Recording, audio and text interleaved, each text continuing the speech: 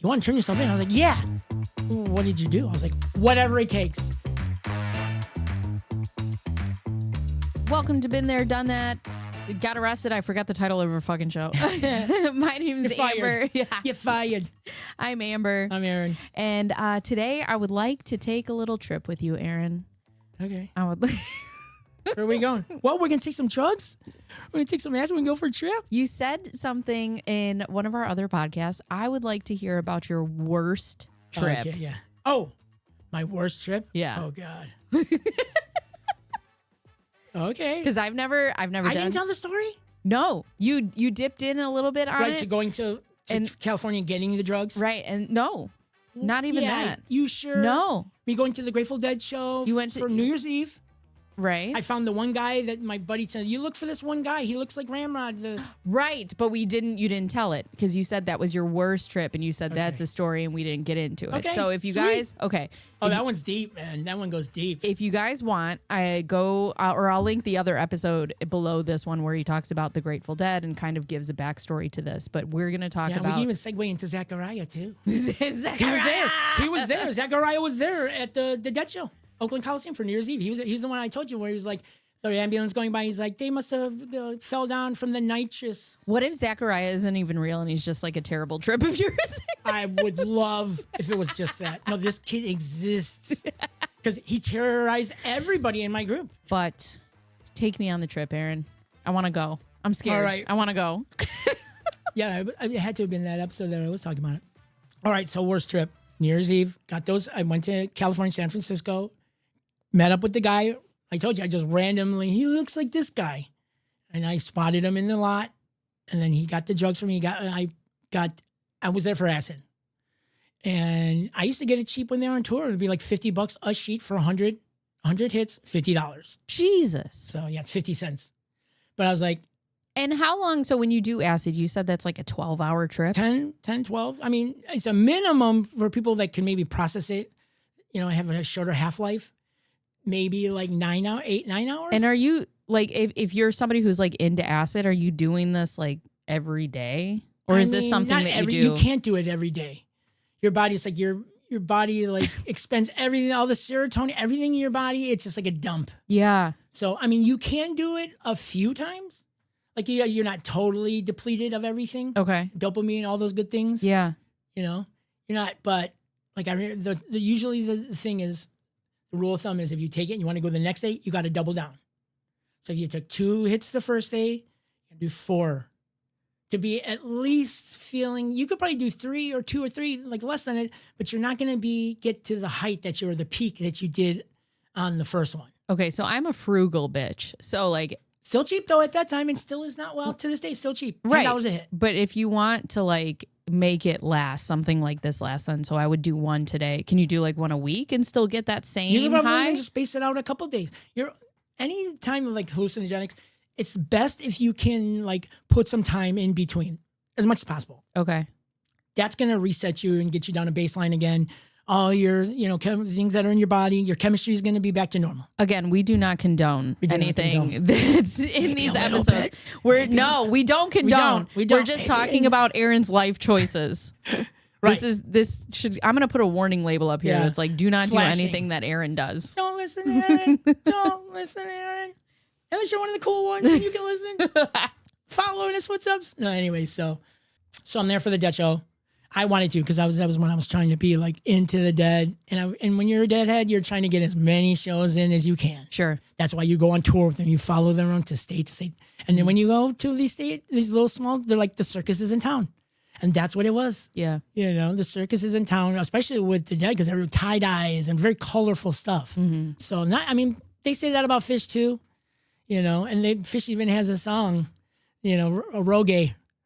And they said the circus is the place for me because that saying is so old because, for jam bands, the circus, you go and you have a blast. And yeah, my husband and Aaron are into Fish. And my husband, when we first started dating, he's like, do you want to come with me to Fish? And I'm like, yeah, sure, I'll go. Fish is great. The environment is great. Yeah. At every fucking concert that I don't go to, I don't care if it's Fish. I don't care if it's fucking Britney Spears. I always get stuck next to the fucking interpretive dance girl. Yeah, and well, she's just like, that's everybody there. oh though. no, They're but just everywhere. like they're always next to me, and they're just like arms everywhere, and they Yeah. have no idea like about other people's space, and I'm like, God, get the fuck off Yeah, me! right. Like I'm trying to listen to Oh my this god, I'm fucking turning music. spacing on with the for like deadheads when they're just like they're doing the Elaine Yeah, flick Right. baltering. There's a name for it for that specific thing where you're expressive dancing. okay, I'll try to look it up and put it up on the screen. Is it baltering? when we? It might be baltering. Okay, I think that might be the name for that. For just really being interpretive dancing. but like you said. whatever, do it, dance, get your Yeah. fucking groove on. But also, Yeah. can you give me like fucking 2 feet of space? Like, there's two different types I feel of interpretive, hippie dancings. The ones that do it, they're not on beat at all. They're just doing the Elaine balance. They're just flicking. they're just everything. feeling it. But then the other ones that it actually looks okay because they flow. There's flow to their movement. Yeah, You know what I mean? Those are two different kind of hippie, jam band dancing. yeah, One is good, one is horrible. yeah. But kind of funny, to watch. It just, I'm like such an instant fighter Yeah. that like when somebody's like, and like Yeah. in my space, I'm like, I will fucking you kill back you. up. Just Like, rage At the at shows, a 12. right, Flow toys is really big in the rave community. Yeah, yeah, There's yeah. all kinds of flow toys. And like I remember being at the Fish shows and Dead, there's always the Hooper girl. Yeah. There's I a mean, hula it's hooper. super cool when Yeah. you watch it. Like, it Yeah. looks beautiful. Some of them aren't good though. They all girls want to do it because it looks cool, but some they're just they And don't whatever, look good. like maybe they're practicing or whatever, but just like be mindful of people Your around you. Like surroundings. you're Right. not the only person at this fucking concert. Yeah. I mean, I love watching it. Like the ones that really do it right, it just looks sexy. Yeah. It looks sexy. Yeah, well, They're there's plain and simple. the hoops, there's the little glow ball thingies, there's A poi? yeah, Two of them, one in one hand. yeah. Poi. Then they have They have this one that it's called a pixel whip. I don't know if you even know of it. No. It's like strands of fiber optics. oh yeah. And they swirl around the body, so it just looks like it's constantly flowing around the Right. body. And I wanted to do that. Right. I was like, oh, I want to do one of those when I started getting into like the rave culture. Like I always listen to house music from when I was a kid. Yeah. But coming back to it full circle again came like maybe 7 years ago. Yeah. And all Dude, these I flow love toys. fucking house, man. Yeah, house music Fucking awesome. goddamn And it. now it's even better because there's like so many subgenres of the house. You know You know Like, what I I've like really tech gotten house. into lately is like lo-fi.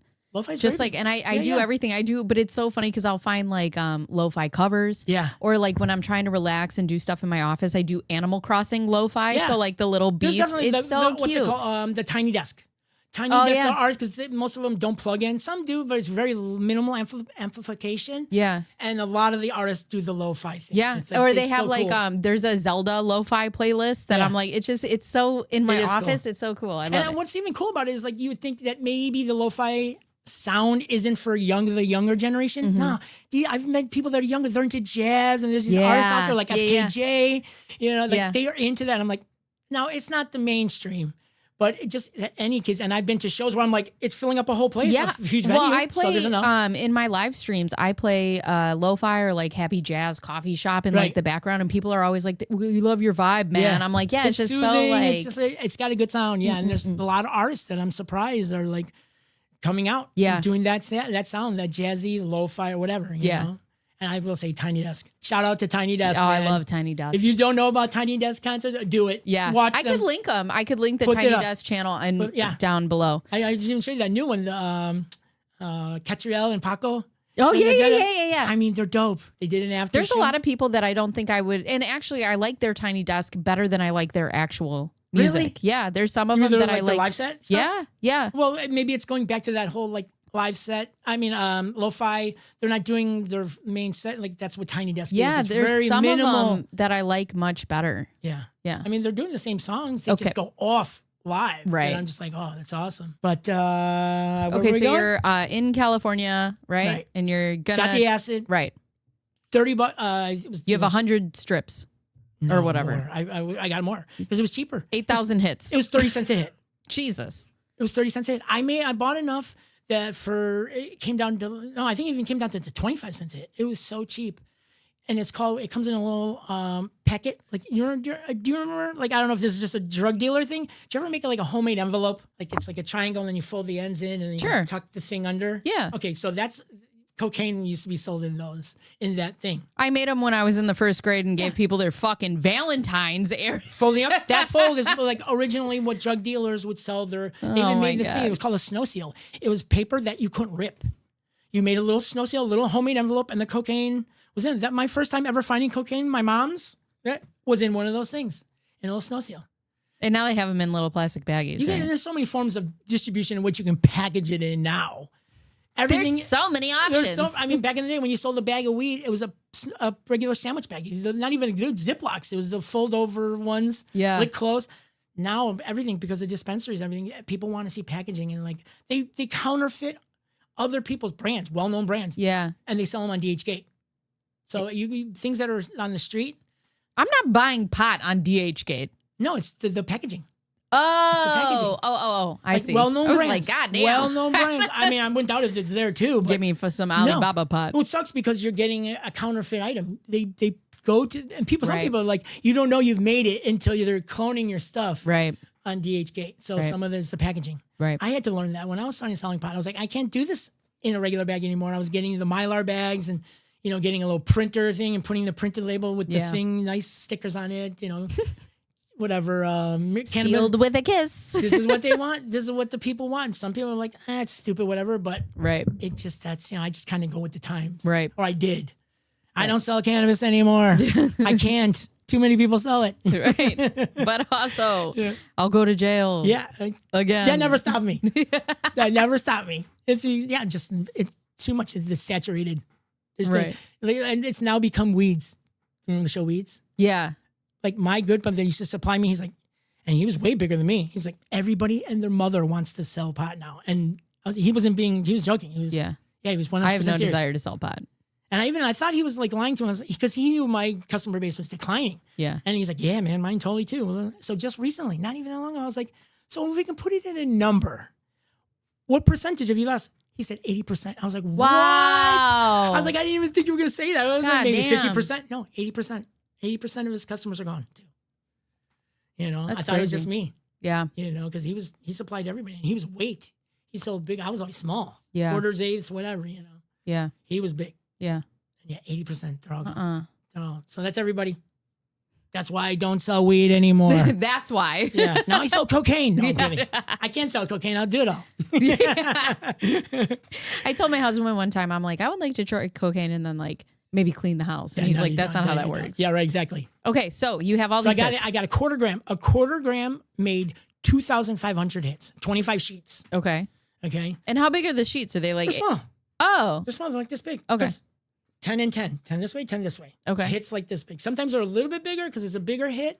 Okay. But they're small. I think I'm going to have to look this up on the internet so I know what they look like. Yeah. And maybe people put collect the sheets because it's always done on some psychedelic art. Some are like well-known artists like Alex Gray. Mm-hmm. But that's what it's always been is like the pictures on them. And I know it comes on paper and you put it on your tongue and then does the paper completely dissolve or you spit that out? No, you spit it out. I mean, paper will eventually want to break down. Right. But you're just sucking the layer that's been washed onto it. I see. Which I'll describe how the sheets are laid. They call it laying the sheets. But they do have stuff that do. They're gel. The gels, or they used to call them window pane when I was growing up, that will fully dissolve. Okay. That will. But most blotter, it's called blotter. Okay. Which I'm going to say you can look online. It's called blotter art. People collect those things because they got such cool. There's so many endless pictures on there. Yeah. And people there's no acid laid on them. Okay. It's just the blotter art. Okay. So I did that. I laid 25 sheets. I didn't even lay them because I didn't know what I was doing. I was 19 years old at the time. I met the guy who copped the acid, and it was a quarter gram. They call it Chris. It's crystal. It's crystal LSD. So a quarter gram of it, which is very small. Like people do quarter gram in cocaine, snort, so that like it's nothing. People do half grams line, not me, but big. They do rock star lines, but a quarter gram is very small. Okay. A quarter gram, because of the potency, will lay at least 30 sheets a week. Then 20. The lower sheets you go, the more potent it's going to be. Wow. Okay. Like if I wanted to do stronger sheets, I would have laid 20. Had 20 laid, but I did 25, and those were good. Those were probably like, they call it mics. Stands for micrograms.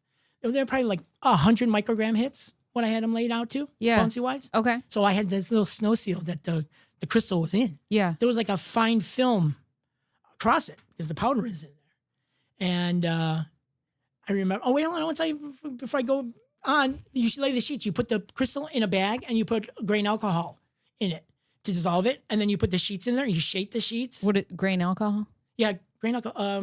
You don't know what grain alcohol is? 190. There's 180, 190 proof. Oh, like the stuff you can fucking flambe? You can flambe anything over 80 proof. Anything over 80 proof, which is why it's called proof, is because they used to light it and it was proof to show that there was that amount of alcohol in it, which is half the amount of what the alcohol content is half of what the proof is. So if it's 80 proof, it's 40% alcohol. Okay. So 190, 100 is 80, 90% alcohol. It's almost 100%. Okay.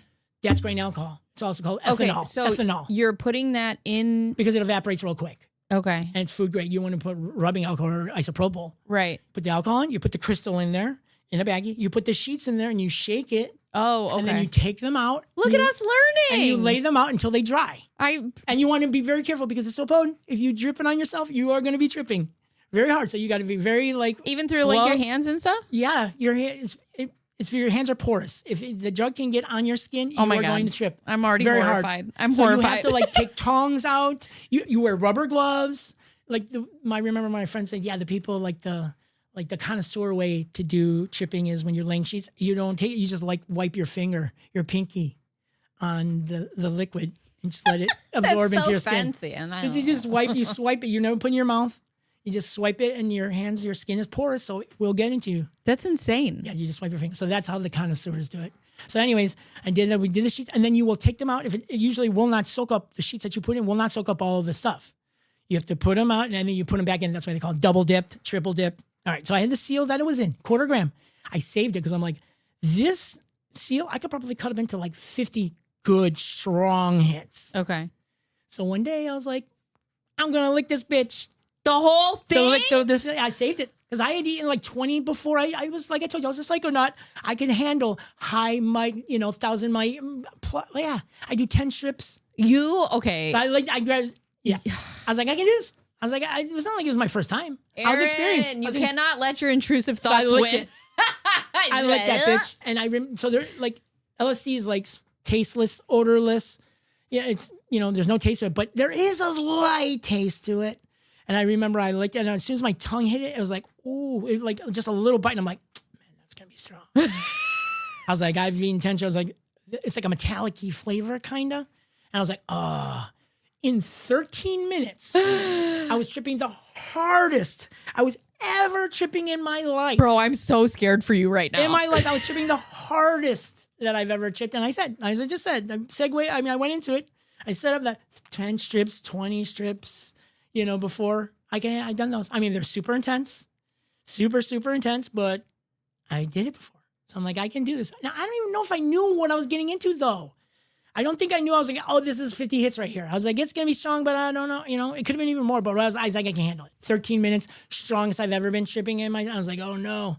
And I was just like, oh, no. I was sitting in my room and I was like watching an episode of Saturday Night Live. You're by yourself? Yeah, which is okay. I used to trip on myself all the time. A lot of introspective thinking is done. You don't have to talk. I don't know. I feel like you should have a spotter. You like, what, trip sitter? Yeah. It's like, oh, nah. It's a 2 different experiences. Solo or doing it with a group is 2 totally different things. But I like a lot of solo tripping is very awesome. You don't have to talk. You're not distracted by conversation. It's you and your thoughts and how deep you can go. And mental, like hallucinations are great visually. But mentally, like hallucinations, I told you about the what I call them, the psychedelic. No, it's so interdimensional dragons that I saw. Right, it's just so funny because I'm on medication so that I don't hear my thoughts because no, you're not hearing them bitches. Is well, I feel with your tripping, it's not really. I guess it's partially your thoughts, but with hallucinogens, it takes you to somewhere that's not you. Well, and you've talked about. We don't have to talk about this one another dimension. now, but you've been on like another plane. You've said yes, yeah. There's other dimensions that you definitely, that's what higher dosing of hallucinogenics you will get to. You get to that level. It's not just your thoughts. You may think it was like, oh my God, and you're not talking to anybody. So you're just you and your thoughts. You'd be like, oh my God, I'm tripping so hard. Oh my God, this, that. But when feel like you're communicating with something or being taken to another, whatever it is, it's not you. It's something else. So here's where, did I ever tell you about the time when I just tripped in school? Jesus Christ. Did I tell you? Oh, I didn't tell you that when I took the 3 hits of acid in school. All right, we'll do that another time. But anyways, that was the first time when I started hearing voices. Like people, you're just schizophrenic, it's a schizophrenic break. I was like, no, there's something there. And you get to tune into it. The veil is lowered and you can connect with the thing. But you believe in like spirituality and universe stuff and entities. Yeah, for sure. Yeah. We should do an episode on that. I don't know if it's about the devil or anything. They may be bad. There's malevolent spirits or entities. Right. But that's where when the veil is lower with psychedelics, you can start to experience and hear it. So that's when the first voices came. And that's where I kind of get tempted. Like all this other stuff scares me, but then I'm like, I'd love to see the universe in a different way. I think that would be really cool. But also, I'm a pussy. So all it takes is a gradual step up. I feel like the first thing is mushrooms. Okay. Low dosing, slowly, gradually go up. It's funny because be shocked. You can't be thrown in the pool. Yeah, it's funny. My sister-in-law was like, we were talking about this around my husband, and she's like, I think you would be so fun on mushrooms. I think everybody's fun. You could be like you laugh. It's just so lighthearted. Chris was like, I think my wife would be a fucking nightmare on I don't think so. I don't think so at all. I think, and Carlin she's been talking about it for years. She's scared. Yeah. She's scared, which is weird because she's had like cannabis can give you hallucinations too. I don't know what it is. It's just maybe perfect timing because she's such a control freak. She has to be in control of everything. Maybe that's it. She can't just release it. Which is so interesting because I'm kind of like that too, but I don't mind like blacking out when I drink. Yeah, because you don't realize it's coming on. You're just I feel the opposite. I feel like when I drink, you can feel like where you're at, and consciously I could be like, all right, I'm gonna stop here. Yeah, and this is good. But with drugs, I feel like you don't get that opportunity. You're just like, oh, fuck, we're on this ride. No, not at all. As I just said, with the mushrooms, you can even in the same night. Like, I don't like to take mushrooms in like a huge dose in the beginning, even though you will get the highest you're going to get from when you first eat it. I don't like to do that. I like to start low and dip my foot in the pool. My toes in the pool. I start very low, 0.7. Right. 0.7 of a gram, 7 tenths. I don't even know a whole gram. And then once I'm starting to feel good, take a gram, and because with mushrooms, the cycle is much quicker than acid. Like your whole trip is like maybe 3 hours from beginning to end, back to baseline again. But within an hour and a half, 2 hours, you're already coming down. So I feel like that's when you take a little bit more. And you, like I said, once you acclimate, you can go higher, and you can be like just super visual, tripping balls. And, I would love to get to experience like different parts of my brain, and like when you talked about being on a different plane or like seeing different things, but then I'm just like, what happens if that goes left? I would need a trip sitter. It's all about I mean, when Christy's like, if you're going to trip for the first time, you say Aaron's got to be there. Right. Like, I am the trip sitter, even though I'm in it with you. I'm totally like the guy, like guiding you and making it all fun, very lighthearted. You can't be serious because that can send you down a road to a bad trip. Because once you start to have a bad trip, it starts, snowballing. See, that's the thing with my like anxiety and paranoia. I don't think I'd be. You don't ever let it turn into a little tiny snowball. Yeah, if I could control my anxiety and paranoia, I wouldn't be fucking medicated. Yeah, right. It's easy. It's not that hard. You tell it to my doctor. Yeah, right. Me and your doctor, we have to communicate. So, all right. So I licked it. 13 minutes, highest I've ever been. Voices come out, and they're all like, it was soft at first. It was like a whisper. Are they male or are they female? It was like a group. It was like coming from every direction, and it's like everywhere. Voices, louds, and it started, but the thing they were saying was alarming. Dial 911. This is what he kept saying. Dial 911. No. And it kept getting louder. No. And louder. No. And then I was like, until I dial 911. And they're like, 911 emergency? Or what is your emergency? And I'm like, yeah. I was like, I want to turn myself in. And they're like, you want to turn yourself in? I was like, yeah, I want to do that. And in between each little thing and like the little pauses felt like they were like long, like a minute, but it was like, you want to turn yourself in? I was like, yeah. What did you do? I was like, whatever it takes. Whatever it takes for me to turn myself in, that's what I want. I did that. And there's like this long pause and like, well, sir, there's nothing we can do. I was like, what do you mean there's nothing you can do? And they're like, I was like, I slammed the phone down because there's nothing she could do. I think what it was is like Turn myself in. whatever it takes. What did you do? I fucking killed somebody. Whatever it takes. That's what I did. And I think what it is, and people say, you know, like bad trips are all you come from within you. Mm-hmm. And and I think that was it. It was like at the time I was very unsure about what was going on. My mom was moving. I was going to move out on my own. I was 17, 18, I think maybe 18. And I was moving out. I was going to move in with my friend, but everything was very unsure. And I was selling weed at the time. So something illegal. And I felt like maybe a guilty conscience or something. I just want you to know that phone call haunts that dispatcher to this day. I'm surprised they didn't send anybody. She probably aren't you supposed to do that? Like something's wrong. Like there's a wellness check or something. Something's wrong. This kid just said this and slammed the, you know, I bet you that dispatcher wakes up in a cold sweat every once in a while. Like, what the fuck? Maybe there's so many of those calls coming in. They're just like, it's just a kid having a breakdown. Not that what the breakdown is from. Oh my God. Right. I mean, the guy said he wanted to turn himself in. He said he wanted to do whatever it takes. And then he hung up on me. You know what I mean? It's not that bad. I'm sure there's much worse. Yeah. Yeah. So anyways, slam the phone down. And now I'm starting to panic. Panic is always bad. Like anytime I've ever started to have something negative trip, like panicking. Yeah. It makes it so much worse. Oh no. Because you go into like an anxiety attack, panic attacks. So I started running around the room. My mom just got home from work and I was like, Mom, I I think I took too much acid. And she's like, you took too much acid? And my mom knew I was a partier. She knew I partied everything. That's why me and my mom were cool. Your mom like, fucking idiot. Yeah, right. My mom and we were cool for many levels. She understood me. Or maybe it was a guilty conscience because I said some of the stuff came from her. So, right, you know. Right. So I was like, yeah, I took too much acid. What do you mean you took too much acid? I was like, I think I took too much acid. And she's like, well, how much did you take? I was like, I don't know. Because as the more you're taking, your memory starts to go. Yeah. You're losing touch with reality. Everything, your memory, anything, you know, what's your name? I don't know. How does usually money, like you don't want to go out when you're tripping and go into stores. You're like, how does money work? It becomes that. It's like, I don't know. It's paper. What do I do here again? All right. So what do you mean? You took too much? I was like, when did you take it? I don't know. Because you lose touch with time. Right. Everything is gone. Right. So I'm just like, now my mom's thinking, I'm panicking. Maybe my mom's starting to get a little like, I don't know what to do. As my mom's face started turning into the devil.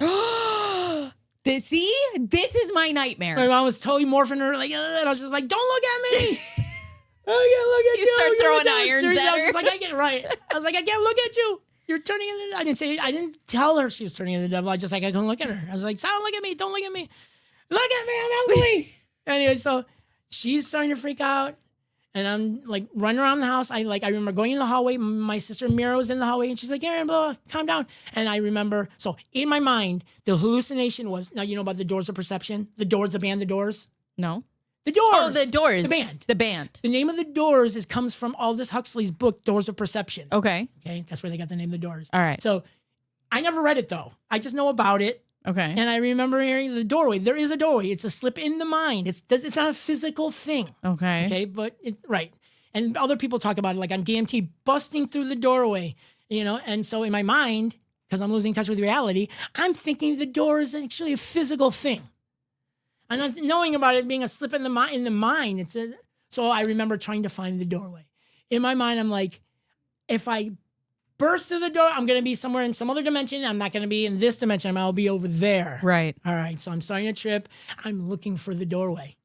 And I remember my sister Mira's in the hallway trying to calm me down. And I'm like, ugh. And I remember I'm like looking at the window. And I think she knew what was going on. She's like, no, Aaron, don't. And I go, through the window, through the glass, out the window. And now this is where you hear about people jumping to their death. On tripping on acid. How much is that? Now, if I would have lived in a high rise or somewhere where I could have jumped out, I would have been dead. Luckily, I lived on the first floor. I was on the first floor, through the glass, land on my shoulder, bam, and like I think there was a little bit of snow on the ground, kind of cushioned my fall a little bit. Boom, hit the ground, jump back up, run back into the house. Do it again, right? And Mira's was like, "Whoa, now, like what the hell?" Like, I don't think we even really talked about it, and that's so long ago.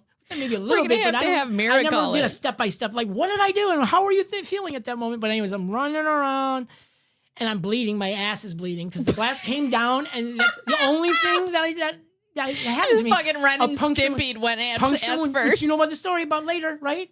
Years later? No. You don't know the story? Okay, well, I'll tell you that. So, butt's bleeding. I go, my mom's like, Karen, calm down. She called 911 or non-emergency. And she's like, my son's on drugs, acid. And they're like, you don't know what your son, he's erratic. You don't know what he's going to do? Dial 911. Okay. So my mom dials 911. Well, they didn't come the fucking first. Yeah, right, on their own when I tried, trying to turn myself in. I told them whatever, if they would have came early, I would have been fine. So I had a puncture in my butt that profusely bled. I mean, sorry, my blood. Aaron, the man of two buttholes. Dude, my pants were covered in it. It punctured deeply. Luckily, it was only that because it could have came anywhere, like really. Mm-hmm. So I lay down in my mom's bed. Oh, I forgot. She got my friend on the line. She's like, he's on acid. What do you do? He's like, I heard if you give him baby food, it will bring them down. I don't know. It's like this thing that's not truth. Baby food. Baby food. I think it may be because like I've heard this too, like the niacin maybe in it helps to neutralize it. Well, there's and no at regular the time, thing. you're fucking 17. Mira's got to be what, 16? 16.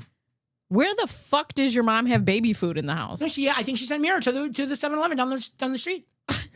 She did. So my mom's feeding me the baby food. Maybe that's when she started to turn into the devil. She's feeding I baby just food. see you there, and like, she's nom, putting nom. the baby food in my mouth. And she's like, and she's trying to be funny. She's like, is that good? Is that good? And I'm like, just wadding it. It's just going in my mouth. And I'm like, and I just shot it out like John Belushi. What am I? Is it? And Caddy, not Caddyshack. Animal House. Yeah. And I just wadded out and just out, and I hit my mom. She's like, ah. Right. So I remember whatever. Like I said, how they went, the sequence of events is maybe a little jumbled, but all these things happen. So I'm laying in my mom's bed from jumping out through the window. And, I think if because I closed my eyes and it was getting calming. I was calmed, kind of. I was like traveling through the cosmos in my mind and I had calmed down. I think if my mom would have if she wouldn't have called the police. My asshole is bleeding. Yeah, right. All over her blood, all over her bed. It was too. But I was like, I think, in retrospect, if I would have been in call and the cops weren't called, but she didn't know. I think I could have wrote it out. But I'm traveling, everything. All of a sudden I hear, Aaron. I open my eyes. There's 3 cops coming in like, Aaron. They're like, you're going to go with us? And I was like, ah! And I jumped up in the air and I just started going frantic. And my mom had that Asher picture on her. That's the picture. Yeah. That's the picture. Wait. Let's see if they can sort of see it. It's the one where the hands are like. Yeah, I like gave that to Chris. That is the picture. That is the actual picture. That Oh was my God. mom's. I'm going to have to I tried to jump into that picture because I thought that was the doorway. That actual Usher picture Oh my is God. the actual picture because my mom gave that to me and I gave it to Chris because the corner's broke. I have another copy that's not broken, but that is the picture. That is the actual one that I tried jumping into that was on my mom's mantle. Oh my God. That is so funny. The cops grabbed me and I'm like, ah, fighting with them. I'm like trying to jump in this picture. And they're like, and I just remember they hauled me into the back of the paddy wagon, threw me in the back. Miro went into the back with me. And I remember in my mind, all I could picture was me kicking the back doors open. Oh, no. And jumping out of the paddy wagon and just running down the street. Now, if you hear some stories about people when they have a bad trip, they always strip their clothes off. You get hot, yeah? Hot, or I think it's a freeing thing. You feel like things are on you. Whatever it is. I've been to dead shows where they're walking around naked. One of them was Arizona. Some guy's just playing with his dick. He's just like, I was like, oh, that guy spun. That dude spun. So, anyways, I remember I'm pulling my pants out. And Mira's just like, pull your pants out. I was like, what? And I tried pulling them down. She's like, pull your pants up. I was like, I was ready to start stripping down. And she's like, pull your pants up. And so of course I can't kick the back door open. As soon as the paddy wagon stopped, the doors also love open. that this gives you superhero strength. Oh, dude. Well, you're just crazy. It's not maybe strength like the PCP does. I was going to say, this sounds like PCP. The fuck? It is, but it's not that like PCP. Yeah, it will give you some because you're adrenaline. It's the adrenaline. Okay. But I don't think, literally, on PCP, you become like the Incredible Hulk. I don't think I was that much stronger. I was just adrenaline pumping. Right. And I remember the paddy wagon stopped, doors open, and I just jumped out there. 4 cops caught me in midair. And they're hauling me into the emergency room, and I'm just screaming. I can still picture it. It's a flash of me just screaming, being hauled, and they're dragging me into the emergency room. And they slapped me on a gurney. And they handcuffed me. Tied you down, yeah. They stripped all my clothes off. Yeah. And they put some needles in me and they started pumping me full of drugs. And I remember like it was weird. My like What brings you down from something like nothing this? that's they got something. What's it called? The antipsychotic. They give you in the psycho wards. Thorazine. It was probably Thorazine. Okay. It's something that your body cannot deny it. Because it's too strong. Yeah. Nothing on the street. We're like, yeah, give them baby food. That's not going to do anything. Yeah. Give them milk, or it's not going to do anything. Now, pharmaceutical drugs, that'll do. Your body can't deny it. So they were pumping me full of something. And I remember, like, my subconscious was just open. And I remember, like, hearing my boss in the room. Oh, I was God. working. I heard my boss. I felt my dog. I'd been dead for years, like licking me on the shoulder. Aw. I could feel, your house that you grew up in. You could hear, every creak Yeah. in that house. I was hearing the creak of one of the stairs in my, in the room. I could hear it all. It was Yeah. like my subconscious was ripped on. They sometimes say like the NDA, the NDEs, near death experiences, like your life flashes behind in front of your eyes. Yeah. That was exactly it. I don't know if I was going to die. I was but going to say, definitely- can you die from acid? There might be an actual lethal dose. Like overdose? Yeah. There might be. Yeah. Yeah. I don't know, but whatever it was, everything was ripped open. They were pumped. So here's how I felt. I was on a roller coaster, visually in my mind. And it was like, and I told you can hear sounds. You hear auditory hallucinations. These are in my head. The sounds is like, I've heard ones that were like weird sounds. They're deep and real guttural. Right. And this one was just like, so this is what I'm on a roller coaster. It's like, so it's like the acid and the drug being like, and I'm just flailing in the bed. Every time I started, I go, I was like shaking everything. And Too bad we didn't have cameras back then. oh my God, Somebody could have got this on camera. This boy's possessed. Call a priest. I need an old Call a priest, priest. and a new priest. Yeah, so call the exorcist. So anyways, I started, the drugs finally started to come down. I stopped thrashing, and I remember hearing a buddy's voice, and he's like, hey, Aaron. And he's like talking about drugs. And I was like, and all of a sudden, like one of the things, he's like, hey, you want to do some drugs, some coke? And I was just like, huh? And I opened my eyes, and I'm like, oh, I thought he was a hallucination. He was sitting right there. That's the friend that told my mom to give me baby food. Oh, Because she got him on the phone. She's like, I don't know who to call. Let's call him. right. And yeah. Does he was- cocaine help you with acid? No, not at all. Oh. No, I think he was just trying to get me to come too. Oh, I see. He's just Okay. like tempting me, like with my eyes closed. Nothing else my works, eyes, but because he like dangles a little cocaine He bag. kind of like, was, and in true life, he was the devil on my shoulder, 100%. oh, okay. He was the devil on my shoulder. Yeah. And I think he's a hallucination because I heard my boss in the room. Yeah. I thought, and I open my eyes, and he's there. I'm like, oh, he's awake. He's open his eyes. Yeah. He's like, dude, I've never seen anything like that. 'Cause he was in the room with me when I was thrashing. He's like, Yeah. dude, your body was bouncing. Like, he literally thought, like, I was With like, your fucking dick out because they have you. no, naked. I'm on cloth and everything, but they put the fucking, they didn't catheter me because I was flailing. They put like this, like, thing that has a tube on it. They just kind of rubber thing that slap it on it in case you piss.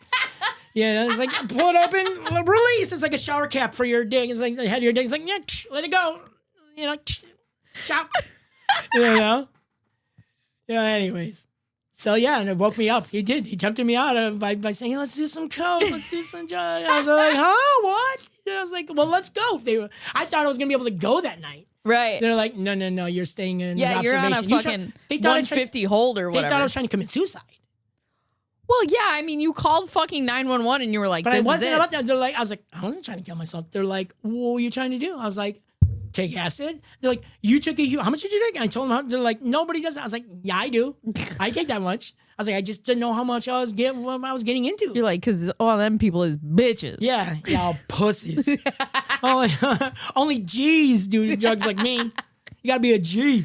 So anyways, yeah, that's why they kept me for like 2-3 days or whatever. Good. Luckily, I was young. I was underage. I was only 17, so I was on my mom's insurance still. Hell yeah. So Your mom's insurance is like, God damn if it. I would have known, I could, because I was a juvenile, I couldn't have signed myself out of there. Yeah. I couldn't. And my mom didn't want to let me sign out or get me out anyways, because like I don't want the insurance not to pay whatever you Yeah, not accrued only right that- now. I don't want to pay out of my pocket. And if you leave under Right. doctor's order, they're not going to. Well, and as a mother and everything that you've been through, your think- ass is fucking no, I think staying. my mom knew. She knew what I was doing, what happened. No, and but she I'm believed just me. saying, like me as a mother, like you're staying for how we are not doctors. It You're was staying strictly as, a dollar thing. Oh. Literally, it was just she didn't want to have to pay the emergency. She's like, I don't fucking the care what they ambulance, say. all that. She's like, I'm not getting stuck with any bill for this. She's like, you got to stay as long as the doctor says you got to stay. You're staying because I don't want to foot the bill for this. She knew I was okay. She knew Yeah. I wasn't trying to kill myself. Yeah. You know, she's like, you got to stay. I'm not having once because you have to deal with the insurance companies. When it's time to pay the bill and you're like, hey, the insurance company be like, he didn't stay. We ain't paying shit. Yeah. They can do that. They've Yeah. done worse. Yeah. You know, what's his face? Askren. Oh my God. I Askren just is heard lung. about that story. Ben Yeah. Askren had Okay, lung lung. cancer, right? And he did a lung transplant. They didn't want Right. to pay for shit. That's bullshit. That's what I'm saying. What the fuck do you pay for insurance yeah, for then? what's the point? That's Right. what he said. He's done his TikToks and everything. What did I do all this money? The hundreds of thousands of dollars that I've been paying into this great insurance because he's a fighter. He's an MMA fighter. Right. He fought with the UFC. You pay for good insurance. It's a sham. They didn't want to do that. But anyways, so I stayed. I stayed for the 3 days. I was like, I was not trying to kill myself. Like, the saying came from the Doors movie with Jim Morrison. I was trying to test the bounds of reality. Yeah. And I used to do that. That's Yeah. where Psychonauts, that's their mentality. Trying to test the bounds of reality. And that's what I used to do until that trip, which made me not trip for many years because it comes back to you. Everything's just a blur. And then you're trying to, it comes to you and just flashes Yeah. of the whole Yeah, it's night. like being blacked out. You kind of Right. get it back. It all comes back pieces, and yeah. trying to put it back together. Well, I guess that answers my question to kind of wrap up this episode. What'd you learn? Absolutely nothing. Don't take heroic doses of LSD when you're about to move out of your house. And those are lessons that I kind of learned. Is like, don't take too. As I said, bad trips. They say the people who do. There's people that do these intense, super heroic doses. Where they, and they're all about the bad trips. All in you. If you have nothing guilty or there's nothing bad in your life, there's nothing to come out. Yeah, but I don't remember a lot of shit. And they say you don't remember a lot of stuff because of trauma. But Yeah. what if that unlocks shit? And then I'm just like, fuck. I don't believe the ayahuasca shamans. They're all about balls to the wall. That's the Even if thing it's your too, first is, like- time, because they say it's a purging thing. Yeah, but that's the thing too is I've heard people who do ayahuasca and I'm like that. Some of No, these I don't believe in that. things they sound so beautiful though. But then there's people that do it and they have psychedelic PTSD. It's a thing. They were scarred. They're scarred. Do you have any? No. No. Like, I mean, fuck no. I'm not scarred. I mean, I guess if you want to be like, oh, thoughts of something, nothing where I'm like, I attach it to negativity, Yeah. It Yeah. was just like, whatever it was, I was dealing with something, I was shit in my life that was going on. And, and there's still questions of, is it real? Is it not? Yeah. Those will always be there. Those Yeah. will always even after. Yeah. What's real and what isn't. Well, yeah. Reality. Yeah. What is? There's things I've seen. Interdimensional dragons. Yeah. I don't think about dragons ever. I'm not. Well, What no. are these things that come and taunt you? Like, I'm not scared of these things at all. No, but the thing that boggles my mind the most is that people see the same things. Absolutely. And That's where the psychedelic art, all my pins that I collect. Yeah. And then when you see all those pins, I'm like, okay, so these guys have seen it too. Yeah. That's why I connect with the art with all the pins that I collect and Yeah. psychedelic art. I connect. And with I mean, there's got to be something to say for that. Like all these Absolutely. people are, and I mean, I guess you could say, well, the drug is the same, right? So But- then why are they saying they're tripping about the same thing that never is a thought in their mind ever? Right. I told you, Joe Rogan with the DMT, Right. The jesters, the evil jesters. Yeah. which I've seen them too. yeah. That archetype, but whatever it is, we'll never know. But Right. it feels like something's Well, there. that's like something is the- there. It's a spirit. It's an entity Yeah. of some sort. Yeah. So Yeah, I wonder if it's just like if you can open your brain to a certain place and then whatever else is there. So I've heard the beautiful things with DMT and ayahuasca, same drug. Have you done DMT? Yes. Have you done ayahuasca? No. Okay. So the difference between Do you want to? Not through a shaman, because I told you, shamans believe is go balls to the wall. I don't Okay. believe in that. I Okay. believe it's a gradual Yeah. thing because, the PTSD thing, psychedelic PTSD. Right. But the difference is it's called, it's a freebase. It's not cocaine freebase. It's in chemistry. You're freeing it from the base. That's when you vape that. That's what I've done. You put it in a vape in one of those crystal meth pipes, the balls. You ever see them? It's got like a stem, it's glass, and it's Oh, got a yeah, ball in the yeah, end. yeah. You put them in one of those. The key is to vaporize it. I used a weed vape, the little glass wicks in it with those coils. You just drop the DMT on it, put the cap on it, and it vapes. Okay. That's how I've done mine. Okay. So it's very short, and it will answer no questions for you. Not that longer term, like tripping long time for longer would maybe answer any questions, but you're definitely not going to get it from freebasing DMT because it's a straight up, straight down. They call it the businessman trip. 15 minutes from the moment, and it only literally takes, when you take a hit and you hold in deep, you're feeling it in seconds. And it's the most intense hallucinogenic you've ever done. Everything's coming out and like everything's cartoon. It's super psychedelic.